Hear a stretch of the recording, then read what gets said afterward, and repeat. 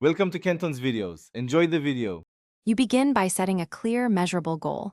What skill improves here and by how much? Once decided, mark a compact layout. Use 1. 5 to 3 meters for tight agility work or 5 to 8 meters for sprint angles. Make sure cones are numbered or color-coded so you don't hesitate. Place 6 to 12 cones depending on complexity. As you position them, check symmetry and safe footing. This first step gets you into the drill immediately, not lost in setup. You start the movement pattern slowly. Walk through each cone at about 50% effort to ingrain direction and foot placement. Once done, increase intensity to 75% while keeping technique. Make sure to breathe and keep knees soft. Then go full speed, but only after form is solid. Introduce variations progressively. One-touch passes, carrying a ball, backward runs, or multi-directional cuts.